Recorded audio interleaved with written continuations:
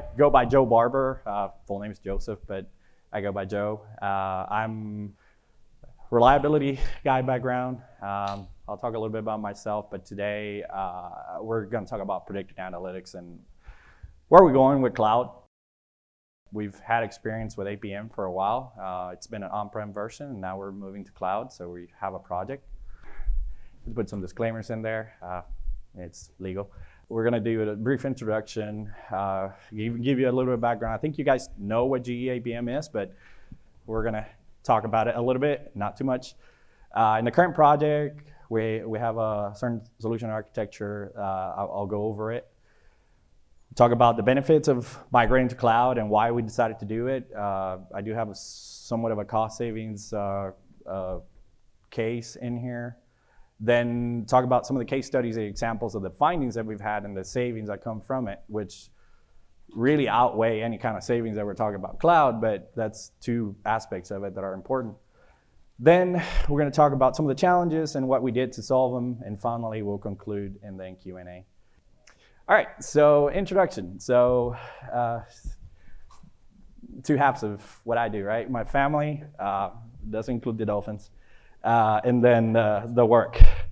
I'm a mechanical engineer. I have a few years of experience, I guess, since 2010. I do have two kids, my wife, and my mother-in-law in the picture. That was San Antonio. So I graduated from the University of Puerto Rico, Mayagüez campus, so I am from Puerto Rico.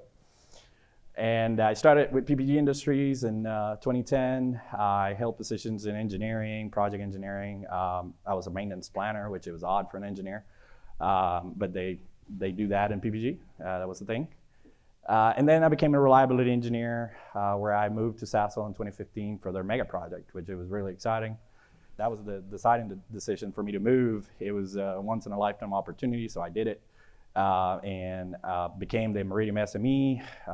We use Meridian, or now GE APM, in PPG, and then in Sasol it became GE APM, and I became the SME there. And then recently I moved into a business transformation project, which looks to transform how we do work, right? So that's where I'm here, and that's why we're talking. We're going from the old ways of working of new ways, and part of it is APM. We are currently using 4.6, which is really not, that dated. It's the newest version in the on-prem version. But then we decided that we're going to implement this across the globe in our chemicals business. So the decision was made, and I'll show you why, that we're going to go to APM version 5, software as a service, and we're also going to integrate the SmartSignal that we had on-prem. We're going to go and do that on cloud as well with the same APM instance. What I want to convey is what are the potential benefits of migrating to the cloud? They're not necessarily obvious. It took us a while to figure it out as well. Should we do it? Should we not? Understand that there's challenges. Like with everything else, you're changing something. Change management is important. And I'll highlight some of the ones that are probably the most impactful for me in my project. There's a lot of others, but it's going to vary. But for us, I'll go over the ones that we did. And then I'll show you some case studies on how we tracked our predictive analytics to show value of APM, not just APM, but your reliability department and so forth. So, background. APM, asset performance software. I don't think I need to say much. I think you guys know very much what it does. But it's a suite of software that, in our case, we use 5 of the APM module pillars. Foundation, which is the core, strategy, health, reliability, and integrity. Large picture, what we do is assess risks. We then develop and maintain a strategy. We then execute the strategy, and then evaluate performance and go back and redo it again. That's the loop. That's the continuous loop. And of course, I have all these applications that we use, but just to highlight some, here SmartSignal is our latest addition to our suite of solutions within APM. And I'll go over some examples of what we do there. Okay, kind of jump into the solution architecture. This is kind of the techie part of my job that I didn't do before, and now I do it. I simplified it. There's some firewalls and there's some other things, but I obviously didn't want to go into that. But we are connected to our historian, which is connected to our DCS system. And then we have 2 servers that basically grab the data and send it to the cloud. One of them is an edge server, and the other one's IGS DAUA client server. Goes to the cloud, APM in the cloud is able to absorb that data. Then we can use the other modules within it, Policy Designer and SmartSignal, Reliability Plus, as we call it now. And on top of that, we bring data from SAP. So we bring the work history, the equipment, the functional location. So that's brought over, and that's not new for most of you guys in the room. Additionally to that, we interface to our vibration analysis software. So in our case, is not SmartSignal, but for those who have SmartSignal, you would connect to that. Okay, what are the benefits that we saw in going to the cloud, or at least our estimates? So one of the ones that we saw is if we put out the cost for 5 years of what we do in IT costs, so licensing, server, storage, network, labor, APM disaster recovery, and cybersecurity costs. And one that I forgot was updates and upgrades, which if you've gone through those, you know this. We noticed a reduction, the cost would be, after going to cloud, 86% of what it is today. So we had 14% reduction in costs. At least that's what we estimate. So we built the business case with this in mind. We also talked about accessibility. If you're on premises, then you have to access your network. So now you're looking at, you got a VPN. You have to do all these things so that you make the device compatible to get into your network, and it's usually pretty hard. Not impossible, but it's harder. With a cloud solution, it's very accessible. You have an APM link, you use your app, or if you're using your computer, you just have an internet connection you connect to. Of course, you can use things like single sign-on with all the providers. Then the other thing that we were doing was we were implementing this globally. So an on-prem solution with all the challenges that comes with a global implementation are worse, because now we have to deal with privacy rules. We have sites in Europe, and by going to the cloud, we can put the server in Europe, and it makes it a little bit easier when you start analyzing, or should I say justifying, the security of that and the data privacy rules. So if you've ever dealt with them, you know why I'm saying this. It facilitates how we share data. So now we're in one instance, so we can all use the same instance where we could create templates, routes, or compare numbers, history. For example, in some of the units that we have in the US, we have them in Germany. So if we do a strategy in Germany, do one in the US, we can compare notes. Look at work history, look at the failures, which one's working better. It's very similar equipment. So we can do that in every one of our sites for similar equipment, including under predictive analytics, which is what this presentation is going to get into here in a second. The learnings here apply there once we implement it over there. Just a summary: we monitor, we optimize productivity, we manage risks, predictive analytics, which is why we're in this presentation. Then the total cost of ownership is one of the results, and faster time to value. Okay, I'm going to go over 2 case studies. One of them is a compressor seal fouling, and the screenshots I'll be showing are from the on-prem version. Reason why is we're currently in UAT of the cloud version of this, but it's applicable to the cloud as well. So if you're looking at implementing a new solution, you will see different screens. This case study was from before we went to the cloud. So we have a compressor that the seal oil pressure on its mechanical seal was dropping. We were seeing other issues like axial movement on the thrust pad, if you know about rotating equipment. But basically, we were seeing some kind of definite change on the pattern, and because we had a blueprint, we were starting to see it was deviating from it. Deviating from the green line, which is basically the digital twin line. And we started seeing also some deviation, as I was saying, on the axial thrust. So we figured out that because we had that deviation, something was wrong, and we started investigating, found out that it was fouling on the line for the seal oil.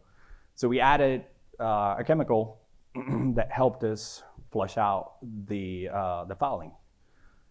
Chemical was not cheap, but whenever we looked at the alternative, which it was removing the seal, shutting down, losing production, and then repairing the compressor, a lot more money and even different scales. So what we did is we were able to do the flush, and if you see the chart before that blank space, which is a loss of data at some point, I guess we were checking a sensor and we lost input. You can see that the blue line and the green line were deviating quite a bit.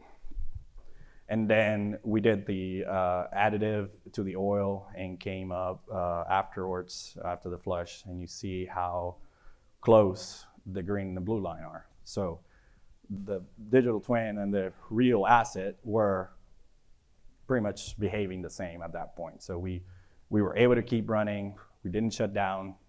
The fix was a lot cheaper than having to repair the seal. The other thing which I'm showing here is that axial thrust. We kind of suspected it was related to the seal oil, so it's the same oil as the machine uses for lubrication. We suspected it was following there, and you see whenever we did the flush, it kind of normalized after the fact, and both lines were following each other as well. The other use case that we had was a lot about communication. So in our organization, one of our struggles was communicating from the reliability and maintenance teams and vice versa to the operational team. So like those three groups needed to be well informed of what the other one's doing.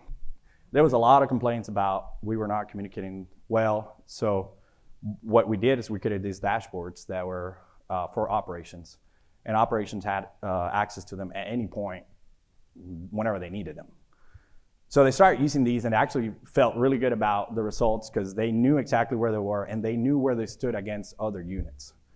So I mean, it's always kind of good to have a little bit of competition because they didn't think, by seeing this, they didn't think they were either in the middle of the pack or they were behind or they're ahead, and they never wanted to be behind. So they're always trying to improve and they try to be better just by looking at how average the plant looked, how the average of the plant looked versus where they were, and they always wanted to be better. So this has worked out pretty good. And then the other thing we just implemented a while back was the equipment health workflow.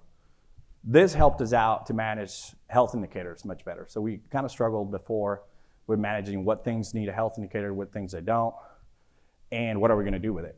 Because before we create a health indicator, so what?